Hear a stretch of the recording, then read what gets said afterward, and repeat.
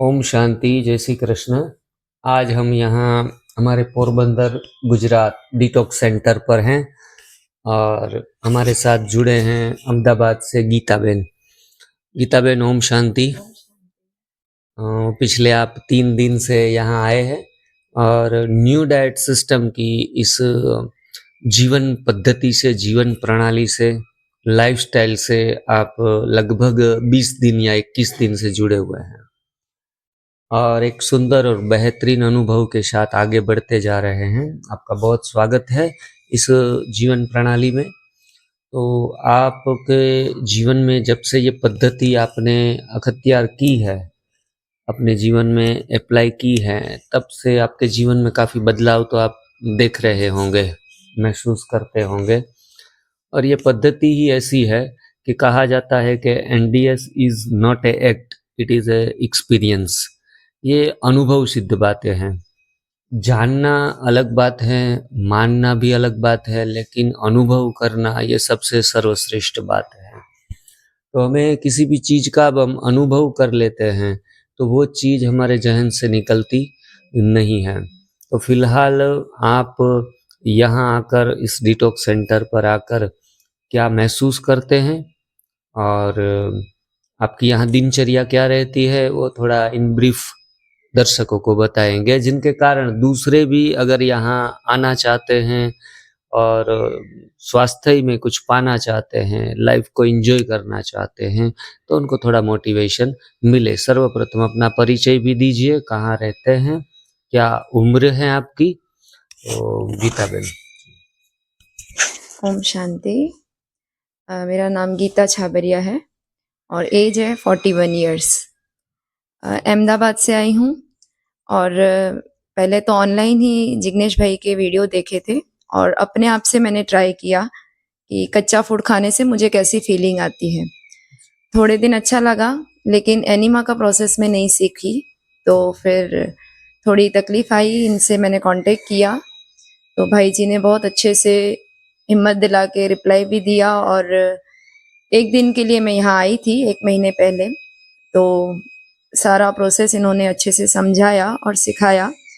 तो अभी लगभग 1 महीना होने को आया है और बहुत अच्छा फ़ील करती हूँ।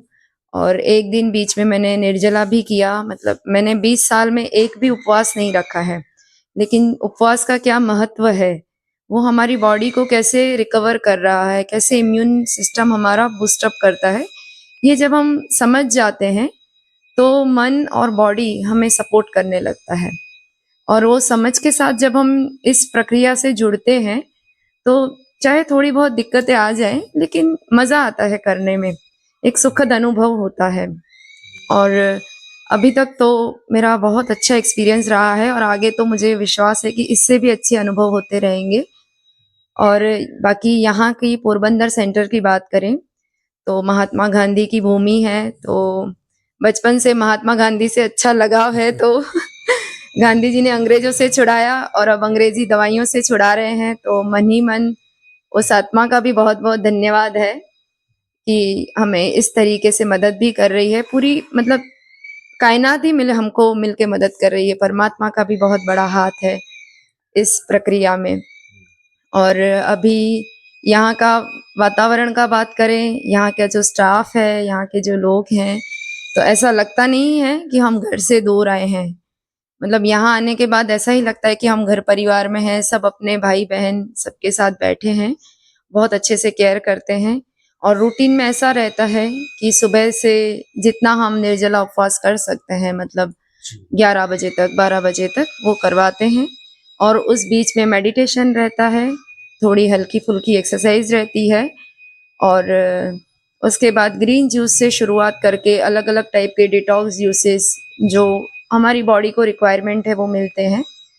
और फिर डिनर भी उस तरीके से सिखाया जाता है। इस बार मेरा पर्पस था आने का कि कच्चा भोजन में किस तरीके की अलग अलग वैरायटी वगैरह कुछ बना सकते हैं, तो वो हम सीख पाएँ, ताकि कभी भी ऐसा हो कि कुछ खाना है, कुछ है, तो गलत भोजन से अच्छा है कि सही भोजन को हम अपने शरीर के अंदर जाने दें, ताकि वापस से वो जो हम पहले जो खाते थे और जो शरीर में गंदगी जमा होती थी वो ना हो और हम बीमारियों से दूर रह सकें।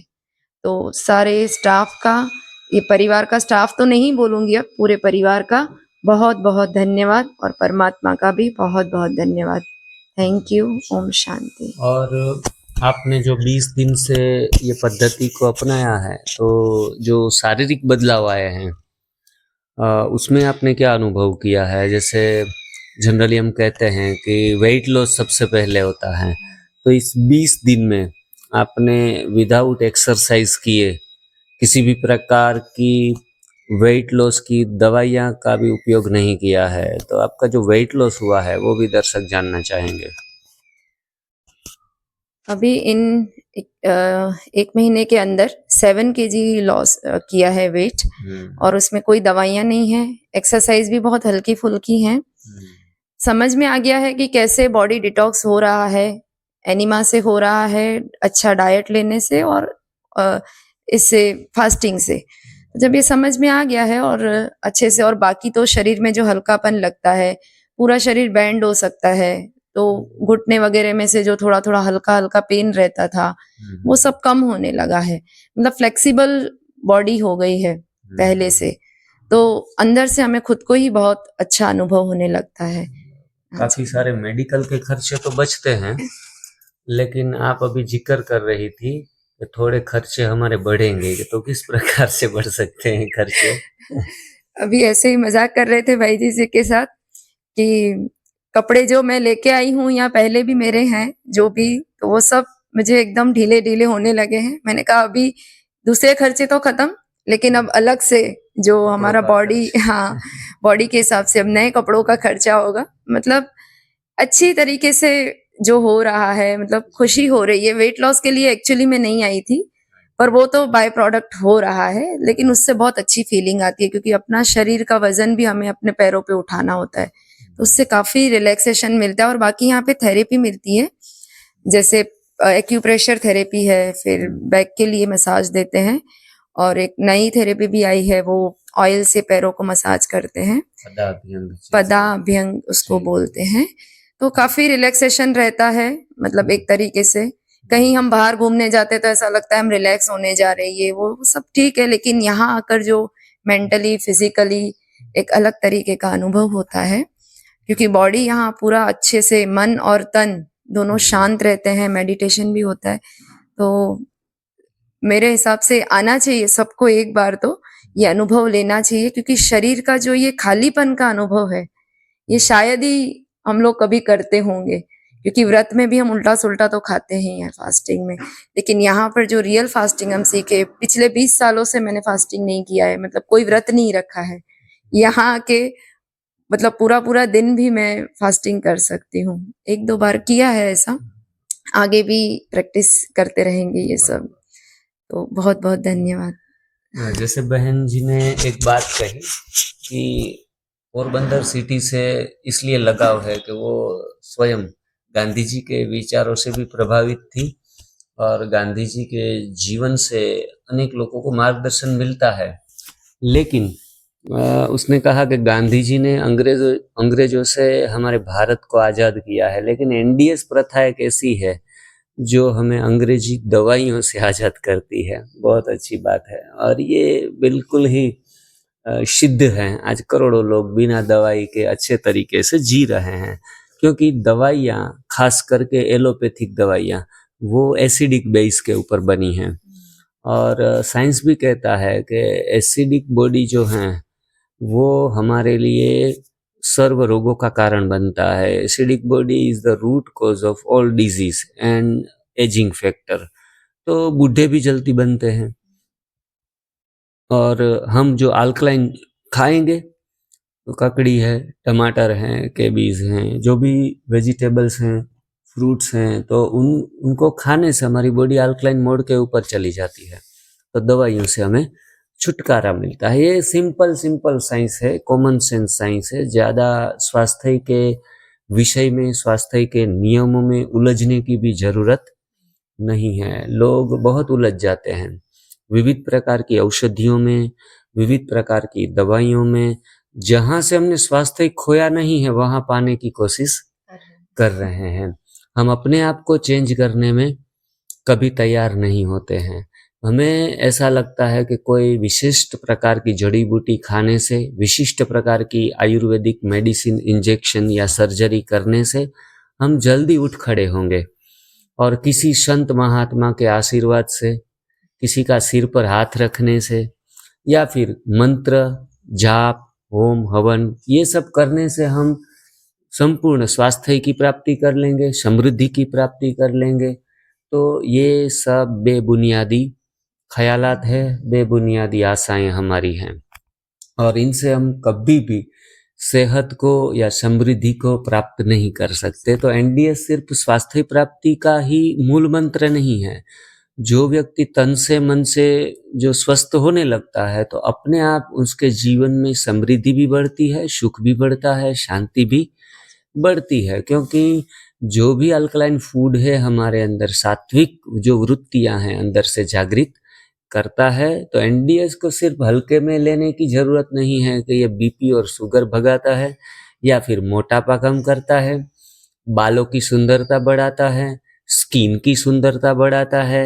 ये सारे फायदे तो अपने आप होने लगते हैं, ये आप भी 20 दिन में भी अनुभव कर रहे होंगे। लेकिन ये अपने आप में एक संपूर्ण प्रथा है। जो एनडीएस है वो अपने आप में एक संपूर्ण प्रथा है जिनसे हमें किसी भी चीज को मांगने की जरूरत नहीं रहती है।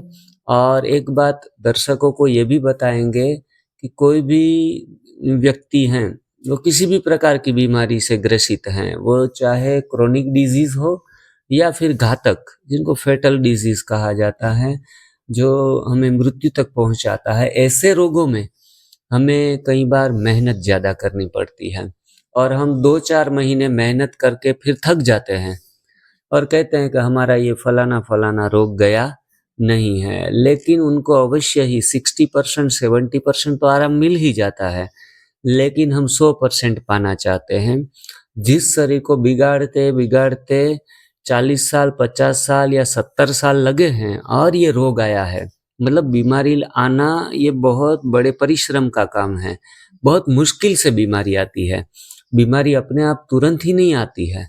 हमने उनके लिए 50 साल गलत भोजन का प्रयोग किया, 20 साल गलत भोजन का प्रयोग किया, तभी जाके इतनी मेहनत लगाने के बाद हमें बीमारी आई है। तो अभी आप सोचे कि 3 महीने में बीमारी चली जाएगी। कोई कोई ज्यादातर 70% बीमारियां तो 3 महीने में हीलिंग हो जाती है, लेकिन कोई बीमारी को आपको टाइम भी देना पड़ता है। समझो 6 महीना, 1 साल, और कोई जिद्दी बीमारी है तो उसको 2 साल भी देने पड़े।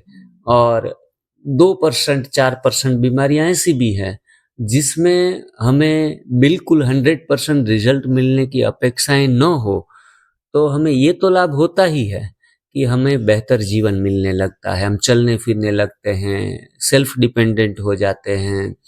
और जैसे liver failure, kidney failure, cancers ऐसी बीमारियां हैं, उसमें 10 में से मैं समझता हूँ 6 लोगों को सुंदर परिणाम मिल जाते हैं और 1 साल की 2 साल की मेहनत के बाद उनको ये बीमारी हट भी जाती है। ऐसे कई नंबर्स हैं हमारे पास।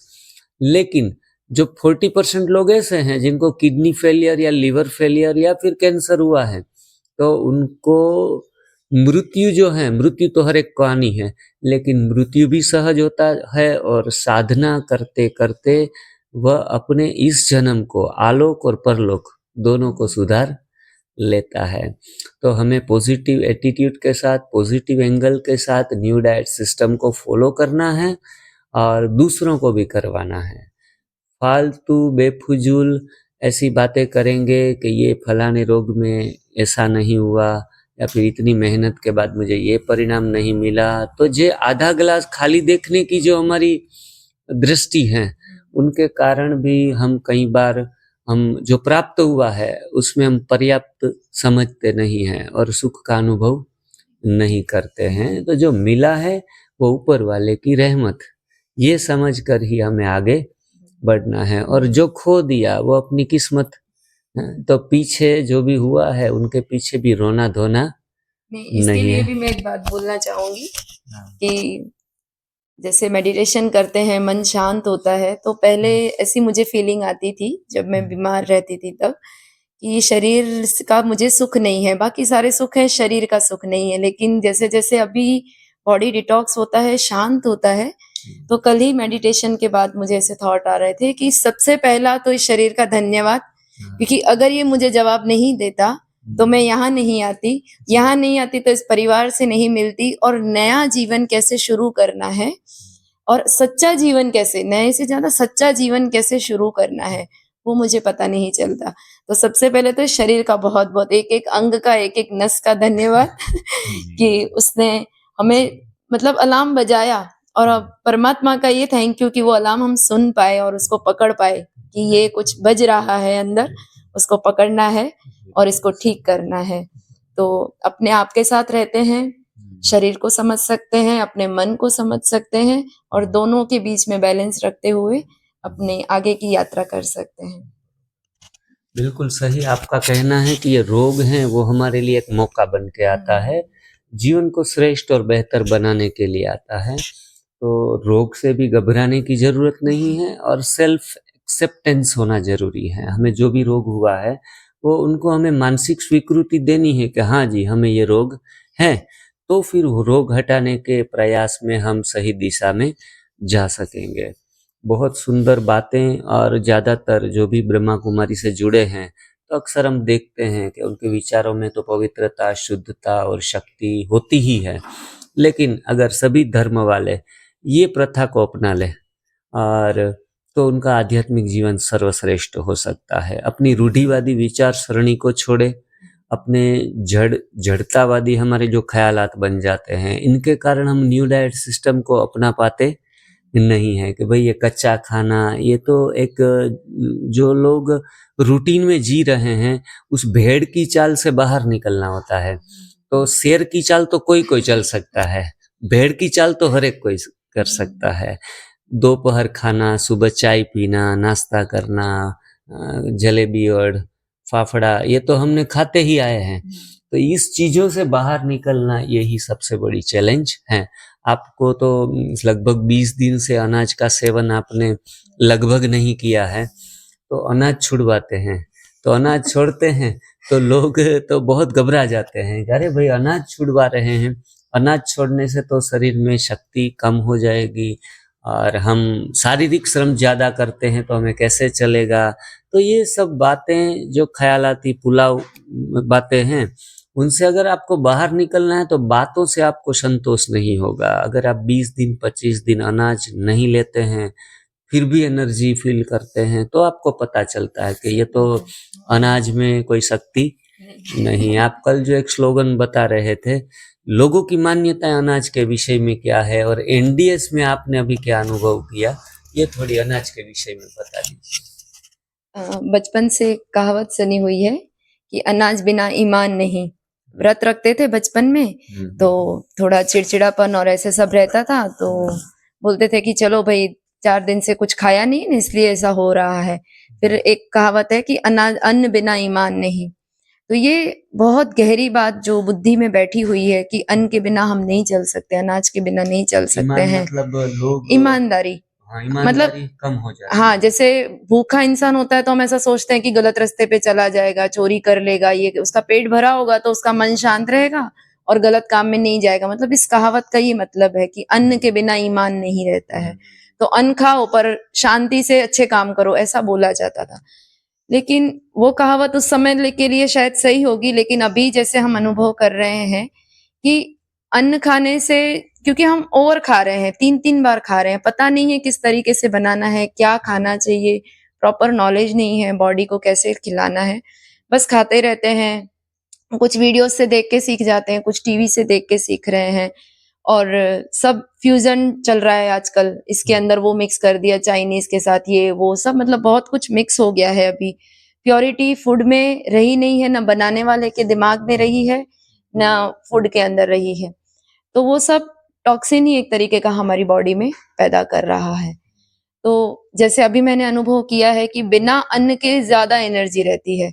सबसे पहले तो एनर्जी बच जाती है, बार बार किचन में जाओ रोटियां बेलो, एक तो वो एनर्जी हम दूसरे काम में लगा सकते हैं, और शरीर को इतना मतलब मेहनत नहीं लगती है पचाने की, जो हम कच्चा खाना खा रहे हैं, फ्रूट्स खा रहे हैं, जूसेस पी रहे हैं।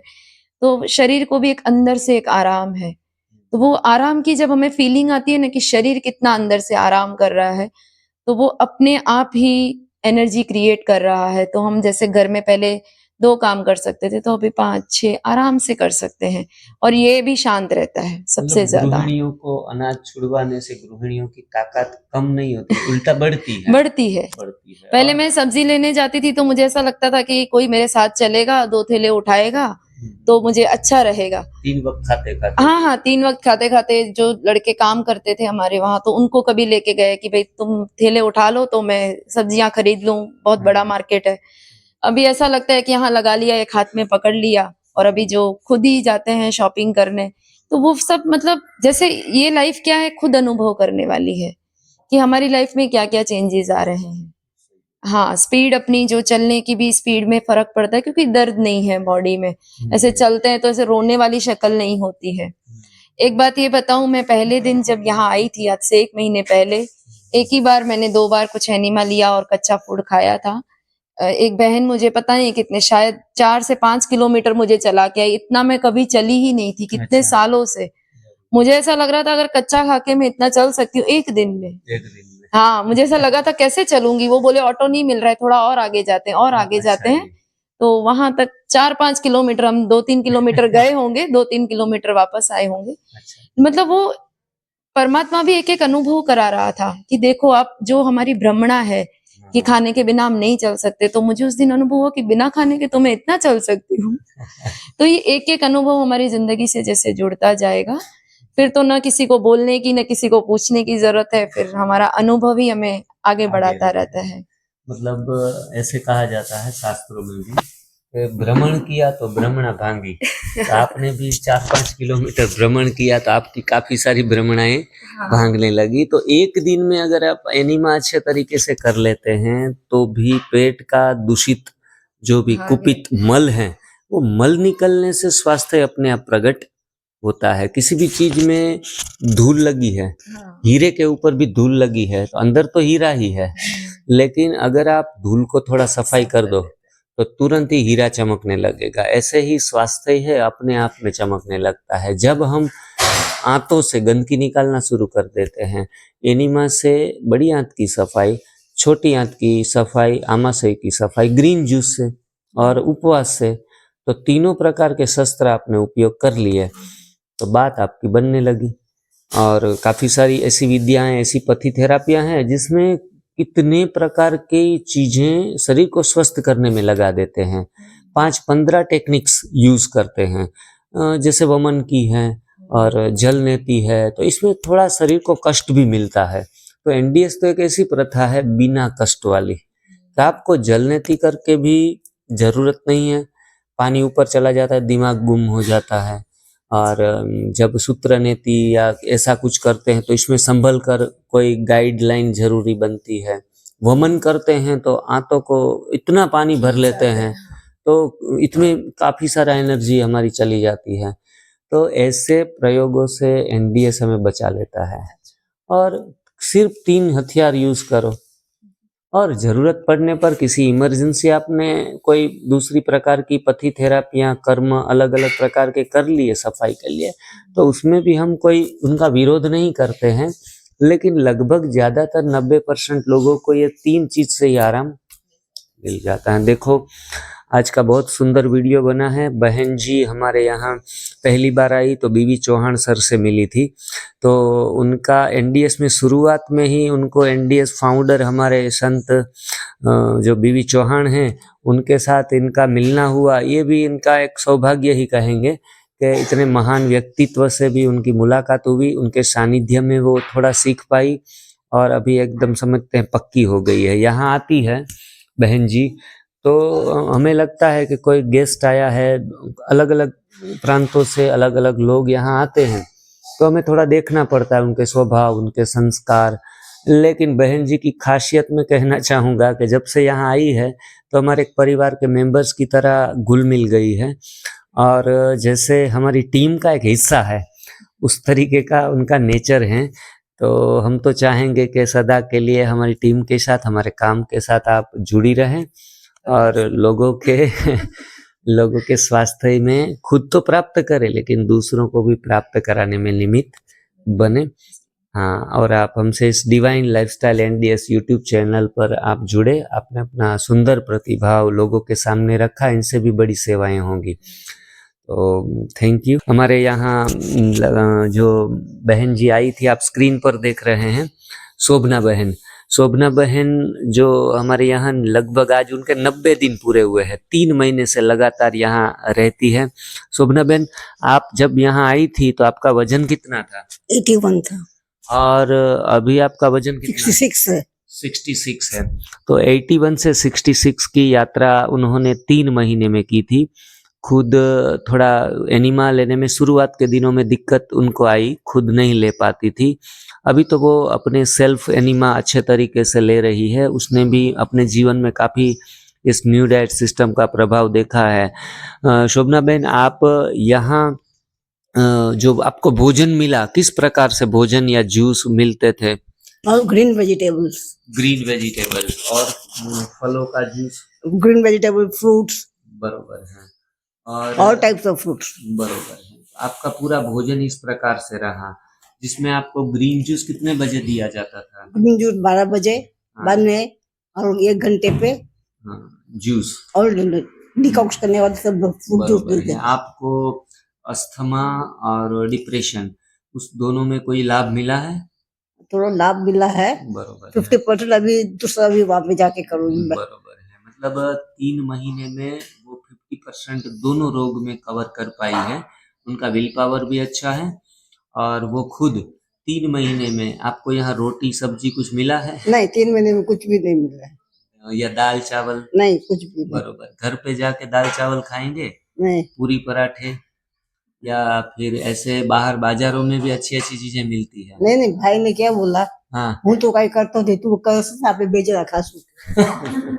उसका बोला ना वहाँ पर रूटीन જ એવું છે.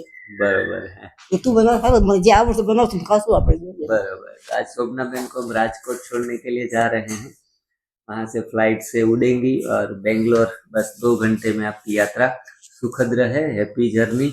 आपको बहुत बहुत सारी ढेर सारी शुभकामनाएं, और जब भी आपका मन करे फिर से वहाँ जरूर तो आऊंगे। हमारे यहाँ पोरबंदर में आपका पुनः स्वागत करेंगे। ठीक है जी। ओम शांति।